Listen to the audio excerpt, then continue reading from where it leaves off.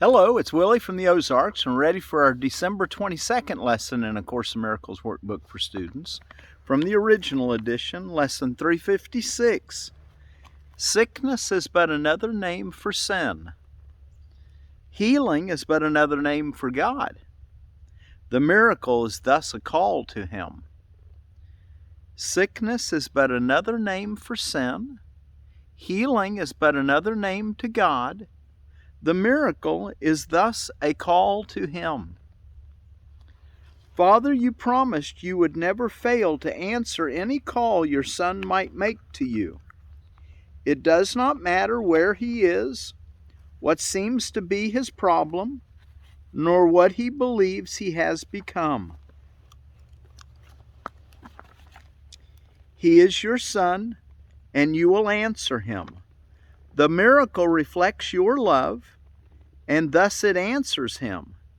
Your name replaces every thought of sin, and who is sinless cannot suffer pain. Your name gives answer to your Son, because to call your name is but to call His own. Your name gives answer to your Son, because to call your name is but to call His own. Speaking of our oneness with our Father.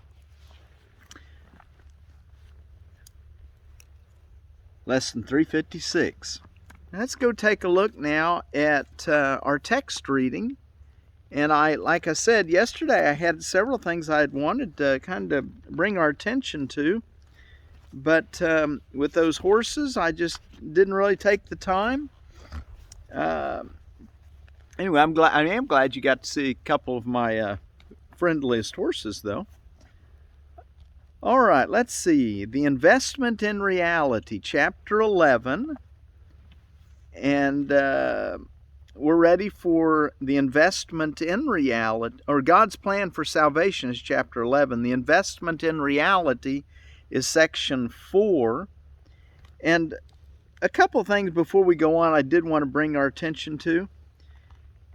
In that where he says, suppose a brother insists on having you do something you think you do not want to do. We read that yesterday in paragraph 25.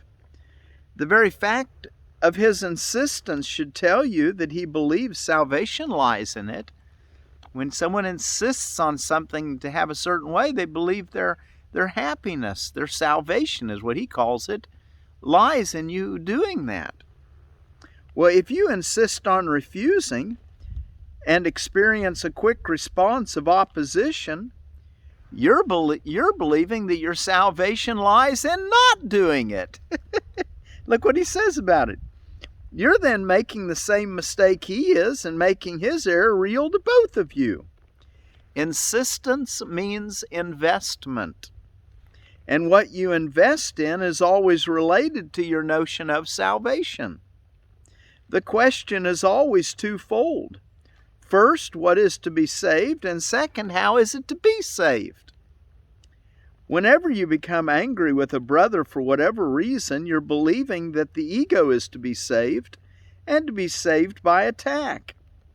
If he attacks, you're agreeing with his belief, and if you attack, you're reinforcing it.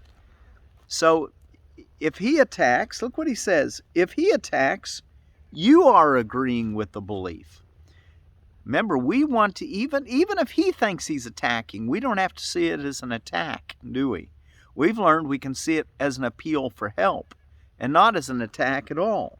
But if you see it as an attack, well then you're agreeing with his belief. And if you attack, you're reinforcing his belief. Remember that those who attack are poor. Their poverty asks for gifts, not for further impoverishment. Can we offer the love that's due them? You who could help them are surely acting destructively if you accept their poverty as yours. If you had not invested as they had, it would never occur to you to overlook their need. How important this is that we see their need. Recognize what does not matter. And if your brother asks you for something outrageous, do it because it does not matter. Refuse, and your opposition establishes that it does matter to you. It is only you, therefore, who have made the request outrageous, for nothing can be asked of you, and every request of a brother is for you. Why would you insist on denying him? For to do so is to deny yourself and impoverish both. He's asking for salvation as you are. Poverty is of the ego and never of God. No outrageous request can be made of one who recognizes what is valuable and wants to accept nothing else. Paragraph 28. Salvation is for the mind, and it is attained through peace. This is the only thing that can be saved and the only way to save it. Any response other than love arises from a confusion about the what and the how of salvation. And this is the only answer. Never lose sight of this. And never allow yourself to believe even for an instant that there is another answer. For you will surely place yourself among the poor who do not understand that they dwell in abundance and that salvation has come. Let's read that again. Salvation is for the mind, and it is attained through peace. Salvation is of the mind, and it is attained through peace. This is the only thing that can be saved, the mind, and the only way to save it is to be peaceful. Any response other than love arises from a confusion about the what and the how of salvation, and this is the only answer. See how he's coupled love in with this, the mind needs saved, and it's attained by peace. And then he says, any response other than love arises from a confusion about the what and the how of salvation, and this is the only answer. Never lose sight of this, and never allow yourself to believe even for an instant that there is another answer. For you will surely place yourself among the poor who do not understand that they dwell in abundance and that salvation has come. Let's don't place ourselves among the poor. Let's realize that the mind needs saved, and it needs saved by peace, and we get this peace by practicing love, by not attacking, but by seeing our brothers and sisters appeal for help. That's kind of what I wanted to share with you yesterday. Now, going on for today. And before we do, we're ready for paragraph 29. Let me just tell you quickly, let me just break in there. And I was reading out of the Seed Savers Exchange yesterday, and I've got another plant that's a cool weather plant that I don't think I take near enough stock in this plant. I got a good friend that loves to eat these things raw, and they're turnips. And the variety that I normally grow are purple top white globe, and they've got kind of a purplish top to the bulb. But you can eat the greens on these too, and that's what I think are really well for a gardener. We need to be growing lots of greens. Eat your greens. Brassica rapa is that's its variety, scientific name, listed in the 1885 retail catalog of James J.H. Gregory. So it must have been some kind of a seed catalog. Uniform, smooth white turnip globes are best for eating when 3 to 4 inches diameter, but remain in good condition until quite large. I've seen some of them things 8 or 10 inches diameter. Sweet, mild, fine-grained white flesh. Large tops make delicious greens. Excellent quality, stores very well, and they're 45 to 65 day. So that's something that I'll probably be growing. Anyway, I wanted to mention just another plant for the day. The purple top white globe artichoke, or not artichoke, turnip. Okay, now paragraph 29. To identify with the ego is to attack yourself and make yourself poor. That is why everyone who identifies with the ego feels deprived. What he experiences then is depression or anger. But what he did is to exchange his self-love for self-hate, making him afraid of himself.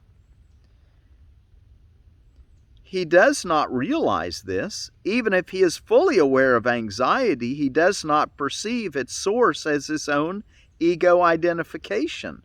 And he always tries to handle it by making some sort of insane arrangement with the world. He always perceives this world as outside himself, for this is crucial to his adjustment. He does not realize that he makes this world, for there is no world outside of him. 30. If only the loving thoughts of God's Son are the world's reality, the real world must be in his mind. His insane thoughts too must be in his mind. But an internal conflict of this magnitude he cannot tolerate. A split mind is endangered, and the recognition that it encompasses completely opposed thoughts within itself is intolerable. Therefore, the mind projects the split, not the reality. Everything you perceive as the outside world is merely your attempt to maintain your ego identification. For everyone believes that identification is salvation. Now, there's an idea we might not considered. Everyone believes that identification is salvation. Yet consider what has happened. For thoughts do have consequences to the thinker. What you identify with is going to affect you. 31. That's why we want to identify with our interpretations of reality the way reality is, the way love is. In other words, we want to see our brother as appealing for help if we can't see him as loving, but we don't want to see him as attacking. All right? 31. You are at odds with the world as you perceive it because you think it is antagonistic to you. This is a necessary consequence of what you have done. You have projected outward what is antagonistic to what is inward, and therefore you would have to perceive it this way. That is why you must realize that your hatred is in your mind and not outside it, because you can get rid of it. That is why you must realize that your hatred is in your mind and not outside it before you can get rid of it, and why you must get rid of it before you can perceive the world as it really is. Okay, we want to get rid of this split mind. And what's he say? That you have projected outward what is antagonistic to what is inward, and therefore you would have to perceive it this way. That is why you must realize that your hatred is in your mind and not outside it before you can get rid of it. You got to place where's the hatred? It's in your mind. You're trying to get rid of it by making some sort of insane arrangement with the world. But remember, even the world is just a picture of your inner thoughts. This is why you must get rid of it before you can perceive the world as it really is. 32. We once said that God so loved the world that he gave it to his only begotten Son. God does love the real world, and those who perceive its reality cannot see the world of death. For death is not of the real world, in which everything is eternal. God gave you the real world in exchange for the one you made out of your split mind, which is the symbol of death. For if you could really separate yourselves from the mind of God, you would die, and the world you perceive is a world of separation. 33. You are willing to accept even death to deny your Father. Yet he would not have it so, and so it is not so. That's nice. You still could not will against him, and that is why you have no control over the world you made. It is not a world of will because it is governed by the desire to be unlike him or unlike will. And this desire is not will. You see that? Let's read that again. It is not a world. Okay, let's see. You are willing to accept even death to deny your Father, yet he would not have it so, and so it is not so. you still could not will against him, and that is why you have no control over the world you made. It is not a world of will because it is governed by the desire to be unlike him, and this desire is not will. The world you made is therefore totally chaotic, governed by arbitrary and senseless laws, and without meaning of any kind. For it was made out of what you do not want, projected from your mind because you are afraid of it. 34. Yet this world is only in the mind of its maker along with his real salvation. Do not believe it is outside of yourself, for only by recognizing where it is will you gain control over it. Remember, look inside. Everything's happening in your own mind. I remember a saying that my teacher, Roy Gene Davis, Charlie's teacher, Roy he said that in one of his books, he said, just tell yourself that I am that. Whatever you see when you go into your inner world, and when you see the outer world, just always remind yourself, I am that. For you do not have control over your mind, since the mind is the mechanism of decision. If you will recognize that all attack which you perceive is in your own mind and nowhere else, you will at last have placed its source, and where it began it must end. For in this same place also lies salvation. The altar of God where Christ abideth is there. And the last paragraph we'll read today, 35, this will finish this section. You have defiled the altar, but not the world. Yet Christ has placed the atonement on the altar for you. Bring your perceptions of the world to this altar, for it is the altar to truth. There you will see your vision changed, and there you will learn to see truly. From this place where God and His Son dwell in peace, and where you are welcome, you will look out in peace and behold the world truly. Yet to find the place, you must relinquish your investment in the world as you have projected it, allowing the Holy Spirit to project the real world to you from the altar of God. Wow. Okay, we're going to see the real world as we enter into our inner sanctuary, the Holy of Holies, the place where God abides. All right, we'll use the mechanism of decision to bring about the real world for our observing instead of one based on separation. All right, let's take a look now at our text reading. Sickness is but another name for sin. Healing is but another name for God. The miracle is thus a call to Him. What am I? I am God's Son, complete and healed and whole, shining in the reflection of His love. In me is His creation sanctified and guaranteed eternal life. In me is love perfected, fear impossible, and joy established without opposite. I am the holy home of God Himself. I am the heaven where His love resides. I am His holy sinlessness itself, for in my purity abides His own.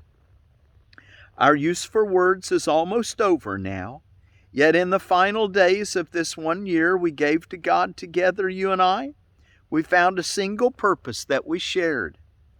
And thus you joined with me.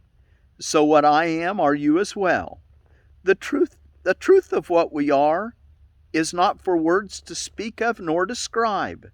Yet we can realize our function here, and words can speak of this and teach it too, if we exemplify the words in us. We are the bringers of salvation. We accept our part as saviors of the world, which through our joint forgiveness is redeemed. And this our gift is therefore given us. We look on everyone as brothers, and perceive all things as kindly and as good. We do not seek a function that is past the gate of heaven. Knowledge will return when we have done our part. We are concerned only with giving welcome to the truth. Giving welcome to the truth. Use forgiveness and see everyone as kindly and as good. Ours are the eyes through which Christ's vision sees a world redeemed from every thought of sin. Ours the ears that hear the voice of God proclaim the world as sinless. Ours the minds which join together as we bless the world. And from the oneness that we have attained, we call to all our brothers, asking them to share our peace and consummate our joy. Use that mind, the mechanism of decision, to see the good in the world. Use forgiveness to hold it tight and close and sure. And the last paragraph under what am I?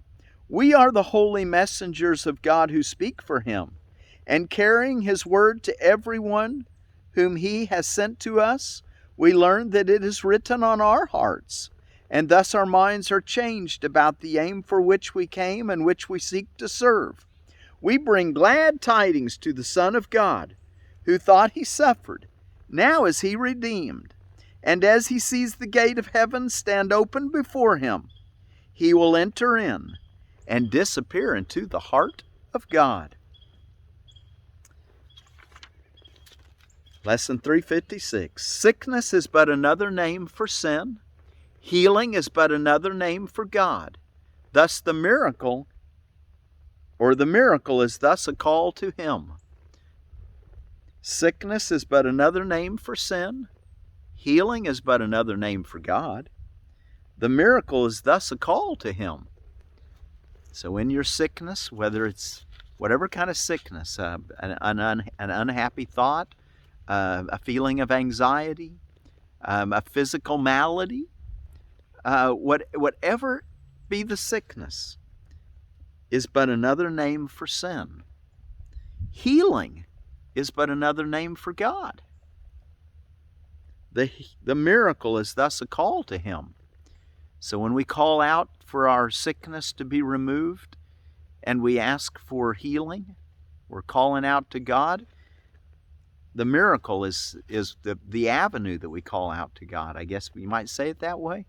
That when we're asking for that miracle, we're asking to have our world of division replaced by a world of oneness, a world of pain for a world of happiness, a world of sin for a world of God.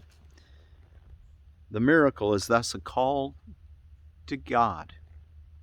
Father, you promised you would never fail to answer any call your Son might make to you. It does not matter where He is, what seems to be His problem, nor what He believes He has become. He is your Son, and you will answer Him. He is your Son, and you will answer Him. Or she is your daughter, and you will answer Him. The miracle reflects your love, and thus it answers Him. Your name replaces every thought of sin, and who is sinless cannot suffer pain.